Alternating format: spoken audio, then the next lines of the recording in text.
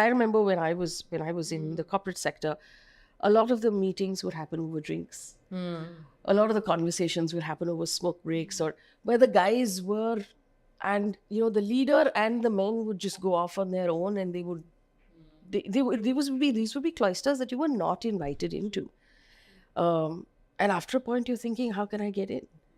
you know do I behave like a man? How do I get into this?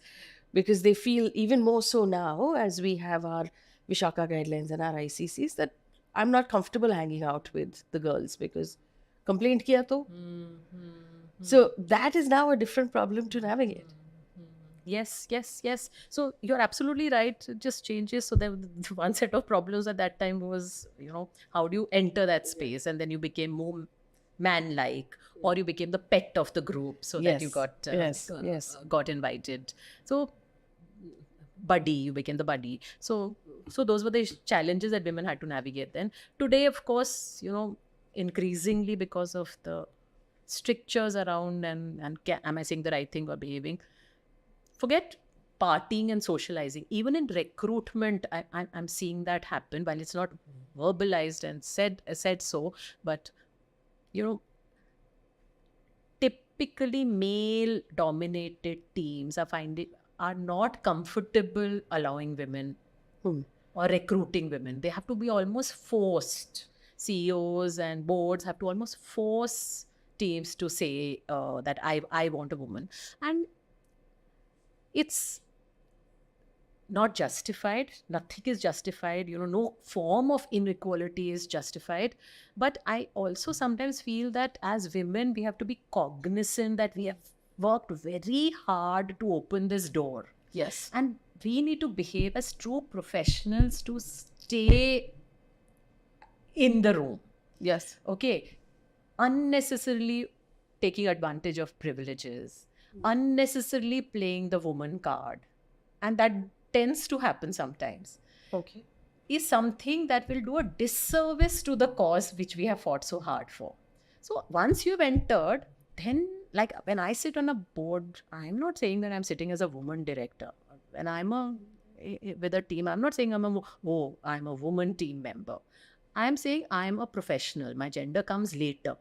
And in terms of making my voice heard, in terms of being collaborative or non-collaborative, I will be professional first. I think that is so important for all of us to sort of register deeply. Otherwise, all these 30, 40, 50 years of hard work will just go for a... So I've always believed that the battle for equality and feminism, which is, in my opinion, equal pay, equal rights, equal opportunity. Yes. This is the whole That's ask, simple. right? Yes. We're not saying that we're physically the same. We're not saying anything else. We're just saying equal opportunity, equal pay, equal rights. Yes. A lot of the people who say very positive things in public will behind closed doors say, yeah, if you hire a woman, she'll have children, then she's not going to be interested, something, something, something. Whereas men are willing to be here at like 18 hours a day. Let's just hire men. That sort of internal bias is still like prevalent. It still comes in. And now I'm not asking as a woman or as a manager, but where is the solution for that? How do we find that middle ground where these two groups of people can sit down and have that conversation, say, hey, we have to find a solution? Where is that solution? I think it'll happen two ways, Faye, and one way is already under progress. One is just by forcing it down. So, By regulation. People ask me, are you, as a woman, why do you support reservations for women? Yes. But I say, till it becomes equal, it's a temporary measure. It should not be. True equality is when you don't need reservations. But till it becomes equal, you do need. I'll tell you, if this thing about having women directors would not have happened, there would be not a single woman on the board. It would not have happened. So even now, it's not happening, but at least it's better than what it was. So regulations is one way, forcing it down, whether it's a CEO putting down ratios of diversity, or government saying, or the regulator saying that you need to have women. I think that's one part. The other part is I'm very I've been saying, I'm very optimistic as a person.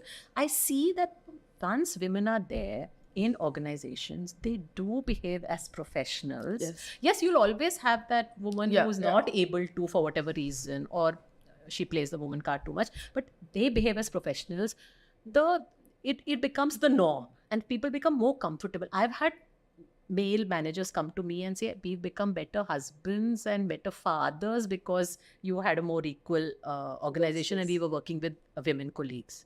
So men are recognizing that, they become more rounded. And I think the moment they interact with women and spend enough time with women, and it also frees them from that artificial barrier we've created around men also, that you have to be that hard taskmaster. They give themselves permission to be softer, vulnerable, more empathetic, because they're seeing women managers behave like that. So it's rubbing off on each other.